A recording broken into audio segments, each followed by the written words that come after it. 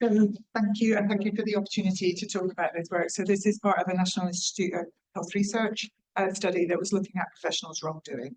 And the reason for focusing it on is my prior work had looked across 3 different health professions. Now we were expanding it to look across a wider group. And so really here, what I'm trying to highlight are the upstream opportunities that this type of work is highlighting for us. So I wanted to just remind us about events and events that happen.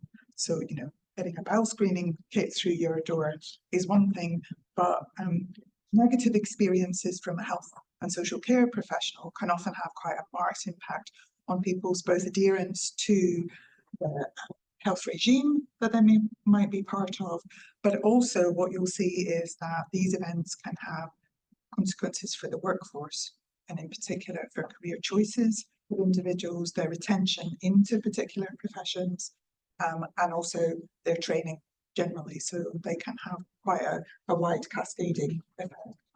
And so what I'm talking about are events that happen often in a dyadic experience, but these are not isolated in a closed space. They have these wider consequences because there will be people around the individuals involved in this space that see what happens. They happen within a particular hierarchical context. Often they will also happen within a social context whereby people may feel under pressure to speak up, or more often not speak up about the events that they see going around them because of the individuals involved. And what we've been particularly interested in working with the different regulators in health and social care is understanding the witness's journey. So while you might have a single point of origin event, what we've actually found is that you might have multiple events that happen from this origin event, either to the same target individual or to other people. And then also these then get more widely shared across a wider group of people who are seeing or hearing about the event. Could be patients, could be other staff members, but then also looking at what happens when it comes into a fitness to practice event and how those experiences then are a defining event for individuals. So, and why I'm particularly interested in this event is because I think it impacts trust of multiple dimensions. So it both impacts the interpersonal trust issues between the 2 individuals involved in it, but it can also have this much wider implication in terms of trusting a profession. So again, our data has indicated people not being willing or going out of their way to find, for example, a dentist in a different town because they didn't feel safe with the individual that they had. But it can also have an impact on both the fitness to practice panel and also the fitness to practice process that then can have longer term consequences for our trust in regulation and in our health and social care services. So it's this kind of cascading from this one particular event. So the methodology that we did was, it was a 3-year study, and what we did was we collected information about fitness to practice determinations that are in the public domain across the 13 regulators for health and social care in the UK, and we also supplemented these with in-depth interviews going either through the regulator with people who had been witnesses in these events, or we then supplemented them with using the media and increase that. So there were a variety of different shortcomings to this, but particularly the determination cases are a curated account. They're not a verbatim account of a hearing that somebody's had, but they nevertheless give you a very interesting snapshot into professionals' wrongdoing.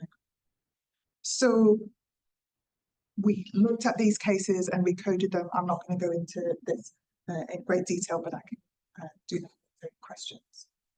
So these are all the health and social care providers in the UK, and we looked at, and I'm showing you the number of registrants for them, but the interesting bits are the total numbers that were about harm, and then the proportion of those alongside a regulator.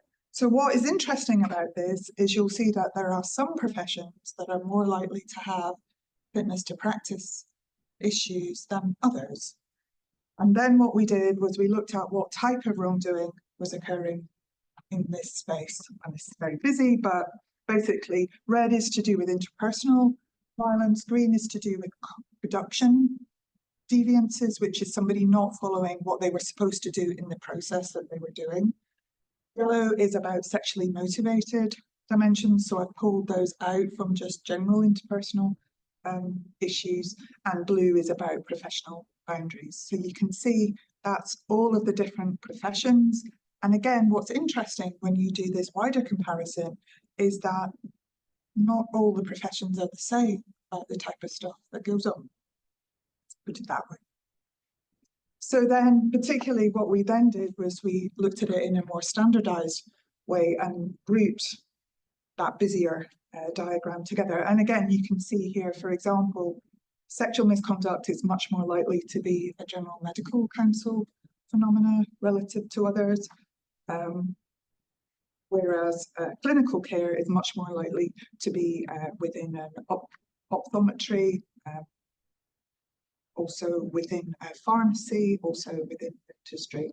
So again, it kind of gives you some really interesting clues about what might be going wrong within a profession and why is that happening. And so what I wanted to do was use this as an opportunity to look upstream of it. So in particular, what we were able to do from our determination cases was we were able to look at particularly who was involved.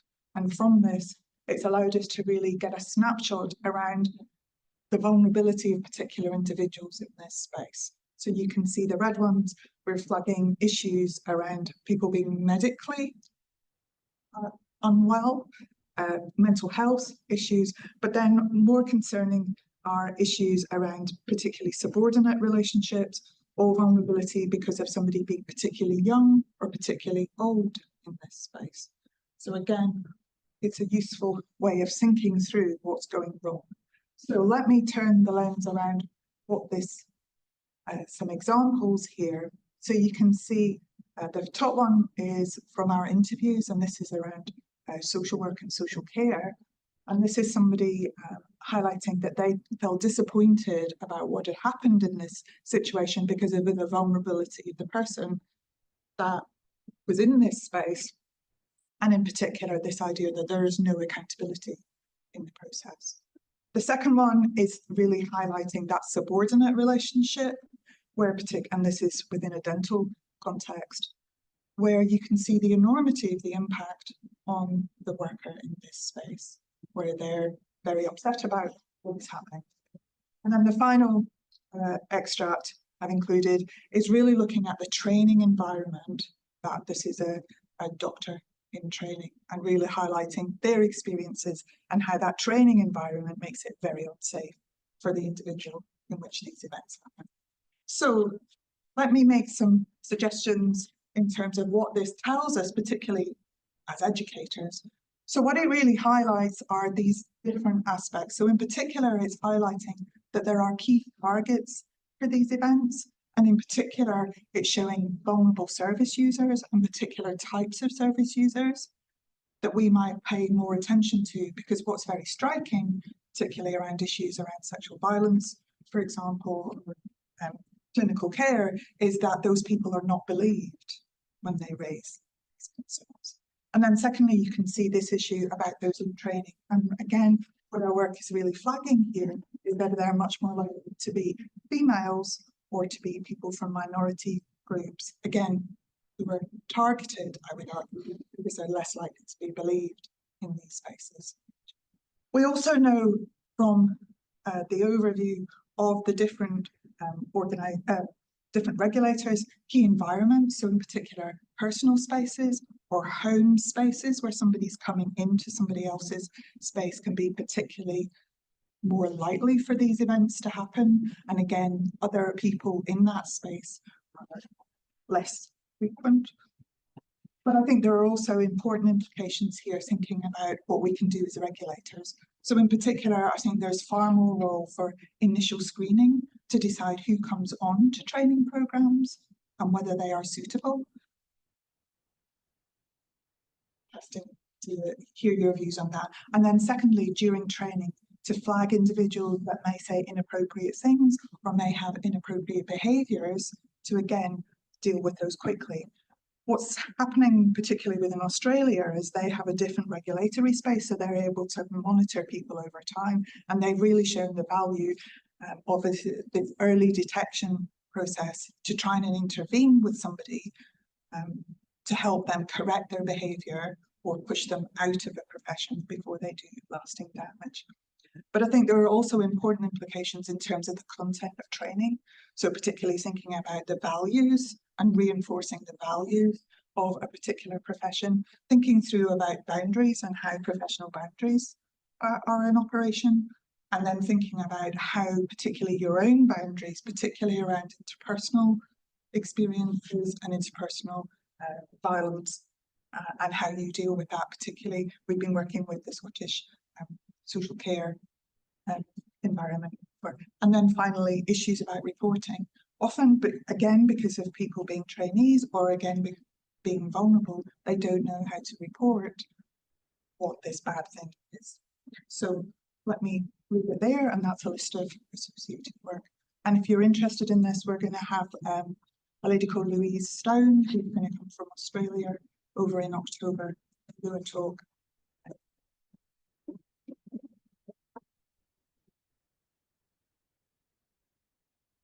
Thank you very much. Any questions?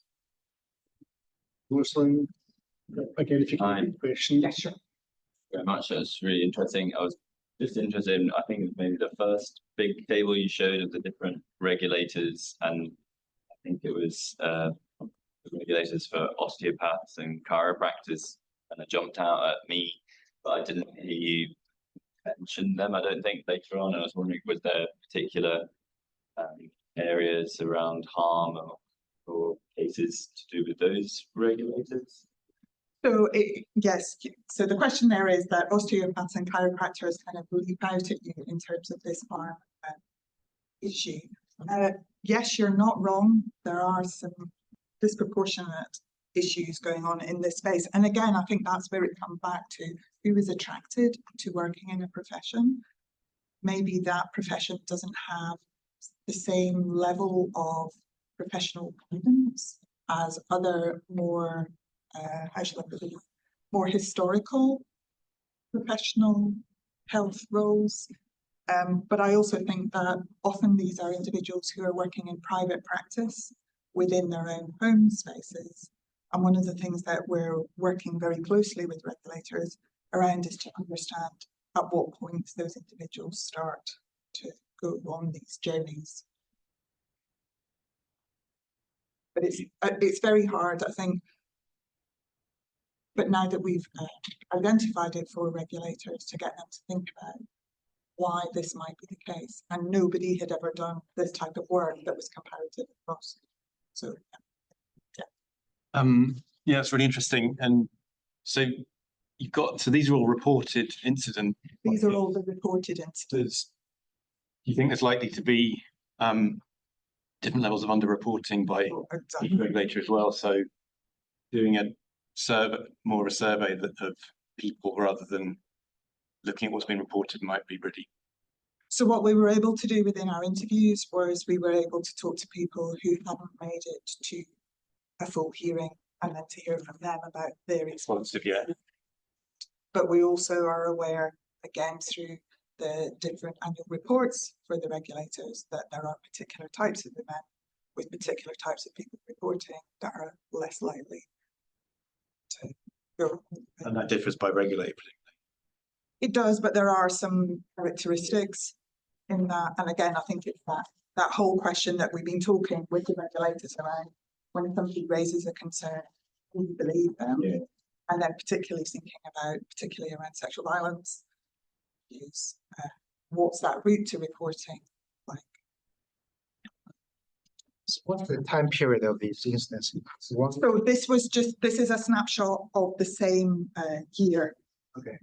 How does this compare to past years? Or so I only have information on 3 professions, which is medicine, health professions, council, and nursing, midwifery.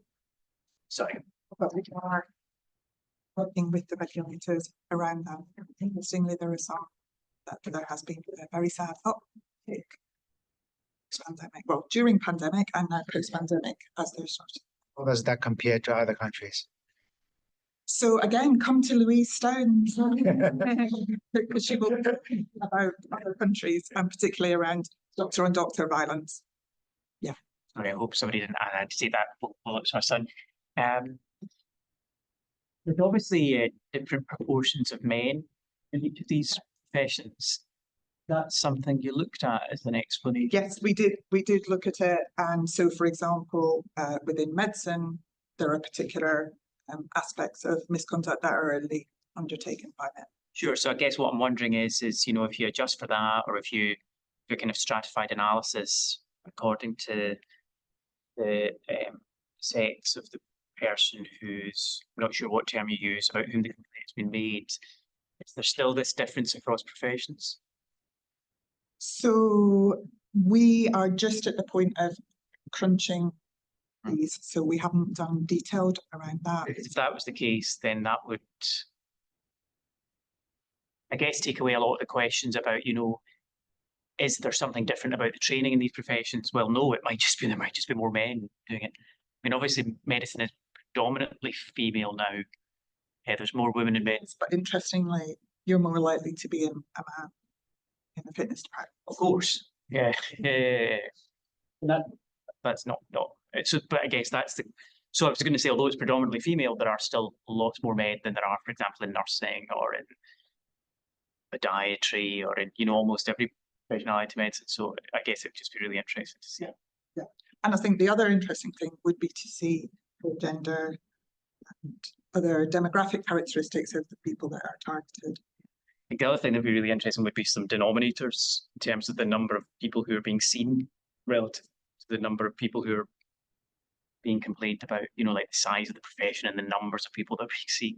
Well, that's giving you, in terms of, that's their total number on the register and the total number of. Sure, but how many did they see? So like a GP sees a lot more people in a day than, for example, a podiatrist does, or, even an optician, just. Yeah, no, that would be. I think that would take quite a bit of drilling down. So. Not really, I think no, at an aggregate level. Maybe we can talk. Sorry, Lindsay, say through that wasn't that wasn't a message. Thank you. Yeah. Just in the interest of time, we can move up. I know there's some questions online as well, but just in the interest of time, next speaker.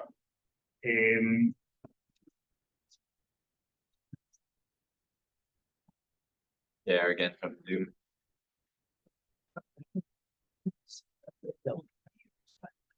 The green button there.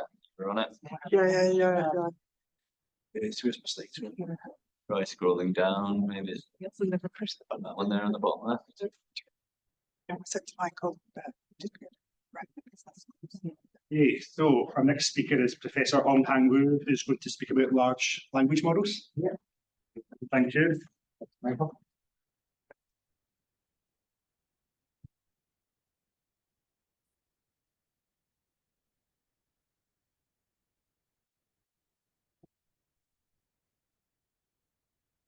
Okay, to get to the slideshow. Just You can minimize those. oh yes, you. If you click the little, yeah, that's it. Up. Yeah, that's the one. There Thanks. you go. Move that back as well if you want. Talking Michael Fleming can move that across. There you go. Yeah, great to have this opportunity here, talk about some work we're doing. So it's a big topics. Apologies, a bit technical compared to previous two talks. Knowledge graph and language models for medicine, they're too big for 12 minutes talk. Anyone heard of knowledge graphs? Oh, yeah, that's what I expected. Anyone never heard of ChatGPT? Well, I expect as well. Good. So I'm going to give a very brief introduction about both technologies, then use one case study what we are doing. So the main purpose of this talk is to get people interested, particularly those who are doing or using AI for their research or planning to using AI data science for research in the future. We're going to plan in some kind of tutorials, workshops hopefully at the school level very soon. Okay, my name is Honghan. If you're interested in some work we're doing, there's a link up there, so I'll put the web page.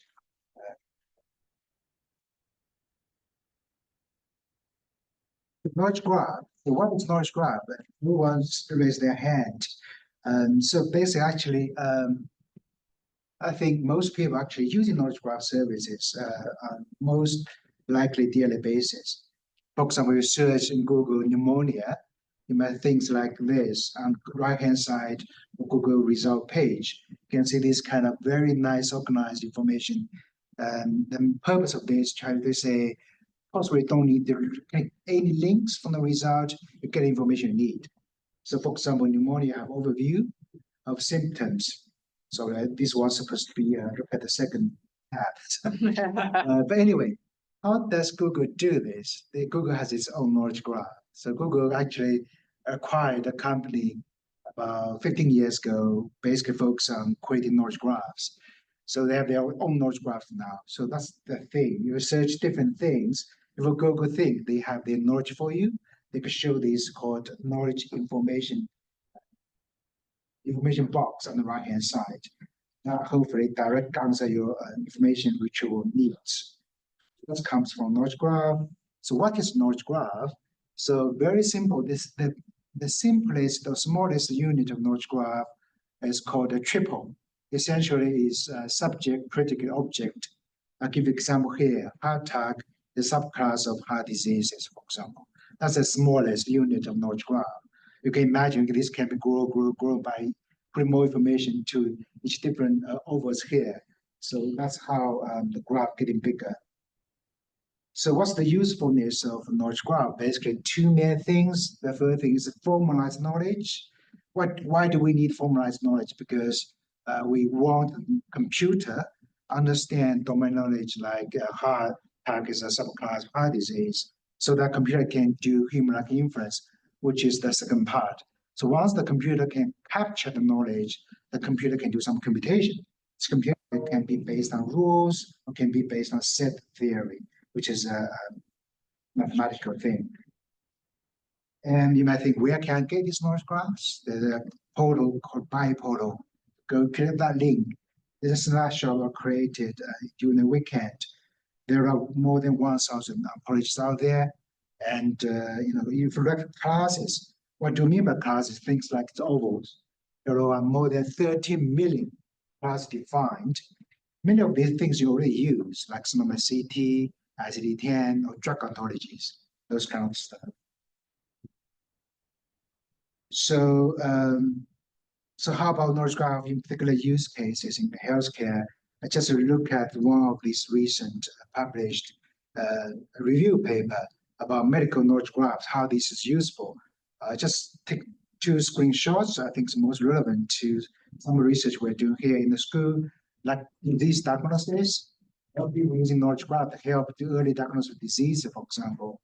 Another area is widely studied is called drug analysis. Basically includes like things like adverse drug reaction prediction, as well as drug repurposing for new drug development. Of course, there's no time to look at all the details of there, but interested in, you can go to the survey paper. Second part of this, language models, and a lot of people know ChatGPT already, which is the technology behind those kind of services called language models. So just brief history, one of the things most important behind language models is called transformer. It's a technical term. You might introduce what is transformer. Be look out for the future tutorials. Okay, so right-hand side is just a tree of the development of the technology from 2014, which is attention mechanism, which is one of the key technologies of language models as well, to OpenAI and BERT, with different types of language models. And for generative transformer-based language models, attention is the most important technology of this kind of technology. And the right-hand side it's called self-attention. Essentially, the model, like a sentence, each word can put attention to different words in the same sentence. This example, laws since 2009, making the registration or voting process more difficult in our centers. They look at the making, which is the verb here, which puts a lot of attention to different words, like making more difficult, puts a lot of attention to this most thing, learn from all these corpus from the web. That actually makes a bit of semantic sense, making associated with more difficult here in this particular context. So these things are learned automatically by these models, by self-supervised training, by reading text from a World Wide Web. The second techniques, of course, we not have time to see how this works. Then a lot of recent development we know already that ChatGPT, Gemini, and Bing using these kind of technologies already. And for healthcare, because most of the data we're dealing with, sensitive data, we cannot just feed patient level information to ChatGPT, for example. That's why for research purpose, for people in our field, we're using a lot of open source language models, things like Llama, which comes from Meta, and the Phi, which comes from Microsoft. Llama is open source, state-of-the-art open source language model. Phi is state-of-the-art open source small language model. Okay. So again, if you're interested in this, how to use this, and we have tutorials soon. So how to use these language models? Early years before this generative language models like E models, we have a model called BERT. Maybe some of people learn of BERT a lot. For BERT kind of model, essentially what you use is you have a task, you have a data, you train a model particular for your data for the task. Now you have large language models, which means that you don't really have a model for particular task. You have a model like Llama 3, for example. You can use that for a lot of tasks. So basically, the way make use of language models change from pre-training, fine-tuning for particular task and data to prompting, which means that data, the model is not going to change. Whatever task you use it, you just ask them in different ways. It's called prompting. Of course, you can even make the model, even this language model, large language models, better, so-called instruct tuning. Usually proposed by Google as well. Essentially, the idea is you just train the model using different types of tasks. You hope that the models at the end of the training can deal with new tasks without any further training. These also, as I said, proposed by Google, and also the previous two main technologies, transformer and attention, are also introduced by Google. Funny enough, Google is not first one looking at advantage of this technology business side, but that's the history. Okay, let's look at how to knowledge graph and language models can be used for particular use case in medicine. So that's one of the work we did with Hong Kong University recently. They're still preprint. We haven't this published. It's under review now. So we look at how these two technologies can be combined, dealing with automatically correct errors in radiology reporting. So why this is needed? Because for radiology, you have image, you have radiologists try to write structural reports to summarize what they observed. And at the end, it's called a finding. Then they have some conclusions, impression. Potentially, there could be some errors, especially for junior radiologists. We got this use case from a senior radiologist from Edinburgh University, actually, how AI, generative AI can help us to dramatically correct mistakes or guide the junior radiologists in their work. For example, they might misinterpret the image itself, or they might have a different or mistaken or too broad impression based on these findings or from the image phenotypes. So how generative AI or multimodal AI can make use of this. For this particular task I'm going to present is for free text only. So I'm not looking at this modality, only look at the findings to see any inconsistency here, basically problem number 2. So what we did is one particular way of making use of language models called retrieval augmented generation. In addition to you ask the model, in the same time, the whole pipeline also has a knowledge base.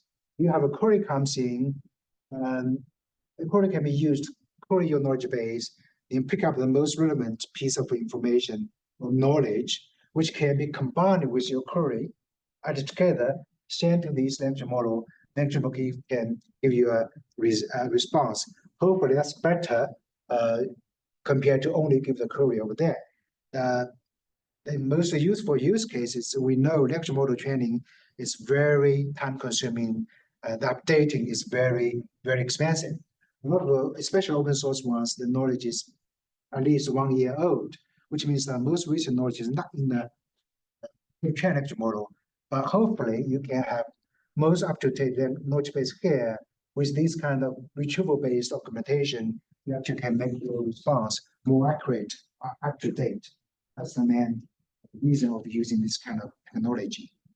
So for our scenario, what we need is, can we make sense of knowledge about what's the potential correct interpretation of the findings so that we can have more accurate impression? The question is how we can get our knowledge base. Because there's no ontology or knowledge base out there which gives you the information or knowledge about how to make a diagnosis out of these findings from radiology observations. So what we could do actually is can learn from the training data ourselves. We make use of a paper published about 3 years ago from Stanford University. That work basically trying to create a graph from the structure reports like this format. Essentially, each sentence is converted to a graph structure, which represents what the observation is. Is that observation different present or different not presented in the radiology reports? You hope this kind of graph representation of each report will combine together. You have a kind of collective knowledge which can guide the generation of impression from the findings section in using the knowledge graphs. That's basically the hypothesis. So what we did is we're using this kind of, it's called rock graph. That's the component. We convert everything for the current report. The example over there, we got the current report structured graph representation. Then we're using our training data. We create knowledge base, the graph database. Then using current graph, current free text to retrieve the most relevant, similar graph from our database. Then combine three, let's say take 2 out of the most relevant ones, combine to current one, we have 3 graphs. Combine them together, then use this as a extra knowledge, including to our query to ask language models to see are there any mistakes in the radiology report given. So there are 3 types of tasks here. First type is identify, is there an error or not in our report? Second one is if there's an error or mistake, where is this, which sentence? Third one is if there's a mistake in you not sentence, can you correct that? This is basically a generation task for the language models. These 2 basically is identification task or classification task of the context. That's our architecture. So just quickly go to the result. We used different models here. These 2 are domain-specific ones, which means this model is a base model, open domain ones, not particularly for medicine. This one, 2 ones are particularly trained for medicine applications. And 5.3 comes from Microsoft small models. There are 3 different versions now, actually. Some very small ones and the medium-sized ones. Llama 38 billion parameters, relatively big. So we have 3 different tasks for error detection. As you can see, some of the models is really, really good, like 5.3 small. It's about 79 accuracy in terms of identifying whether there's an error. But locating where the sentence, which sentence is mistaken. Again, 5.3 small is good, but medium is better, 69. But domain-specific ones is not very good. These 2 columns on the right-hand side compare, because we have so-called 3-stage, it's a technical contribution for this work, break down the whole task into 3 different sub-steps. This is supposed to be better compared to end-to-end, which just asks more directly about the answer. We have about 10 to 26 points, especially for these domain-specific models. Which our approach actually is doing really, really well to about 90% in terms of identify whether it's correct error or not. Sorry, that's for error correction. Generally correct sentence by identifying the wrong sentence. So 90% accuracy compared to others.